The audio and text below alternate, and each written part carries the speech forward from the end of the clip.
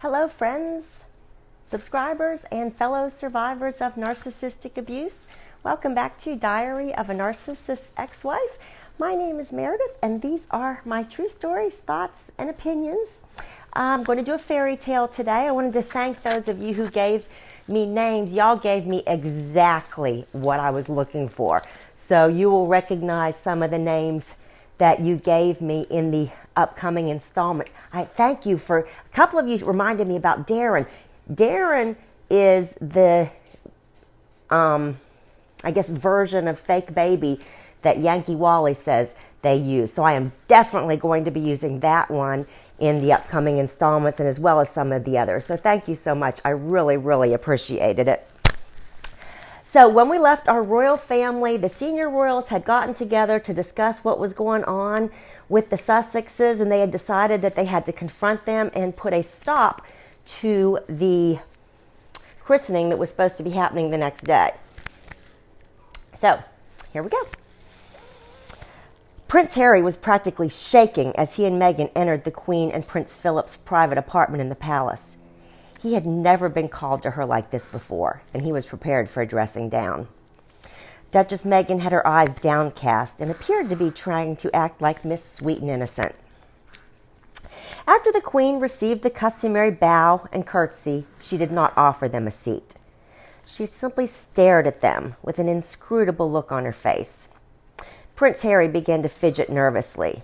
Duchess Meghan broke the silence. "Your Majesty looks well," she began. The Queen interrupted her. "Cut the crap, Meghan. Your treachery has been uncovered." "We know everything you have done," Prince Philip informed her.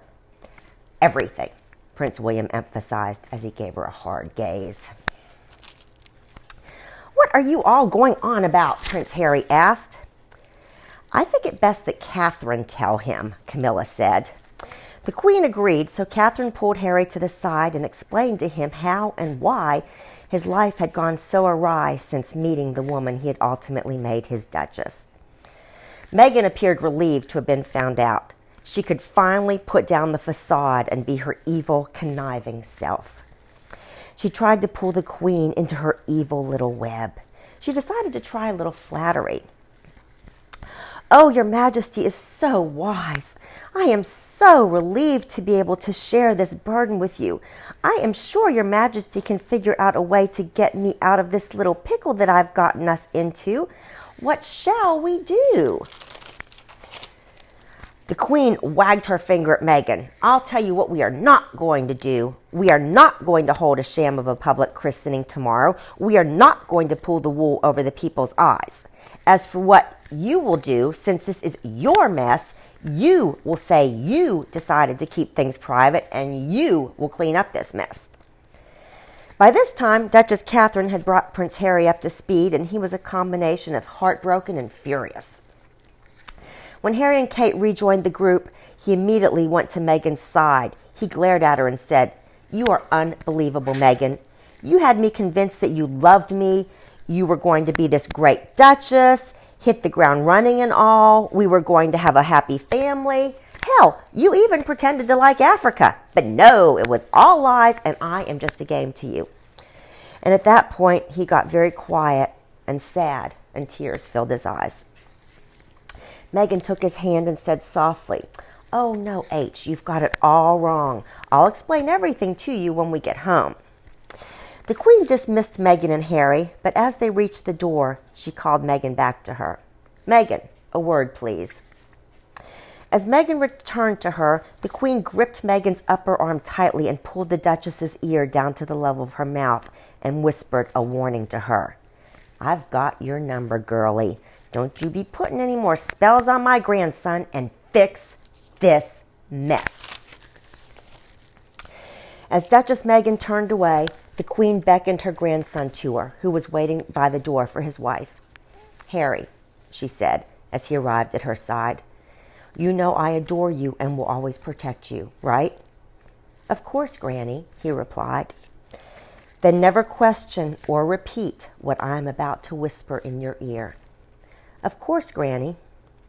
She motioned for him to lean down and cupped her hand to his ear and whispered, "Now you have found the wife who has brought much strife to your life. I put around thee a protective cloak, so that every spell she casts will choke. And with a satisfied smile on her face, the queen allowed them to depart. Just as her hand reached the doorknob and she thought she had finally escaped, Prince Philip caught her attention. "Megan!" As she turned and looked at him, he did the finger eye thing so she would know he was watching her. You know what I'm talking about?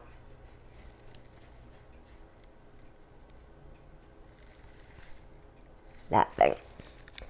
She swallowed loudly as she made her escape. Well, that's where I'm stopping today. I had a lot of fun writing that one, and I hope you all enjoyed it. Another one that I really had a lot of fun writing is when Megan goes to the polo match. So that one is coming up, I think, not the next one, but the one after that. So, yeah, I've got about 3 ahead of what I've read to you all. So please, if you like my channel, if you like my videos, give it a thumbs up. Please subscribe if you haven't already. Please share my videos with anyone that you think may be involved in a relationship with a narcissist and it might help. In the Facebook groups that I'm in right now, everybody's having a really hard time that's still with those narcissists. This lockdown has not been good. One trend I am noticing, though, is that a lot of the victims of the abuse have had it.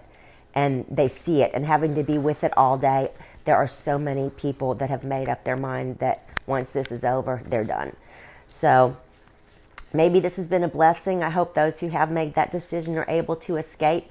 And I really enjoyed talking to you all today, and I'll talk to you again soon. Thanks. Bye.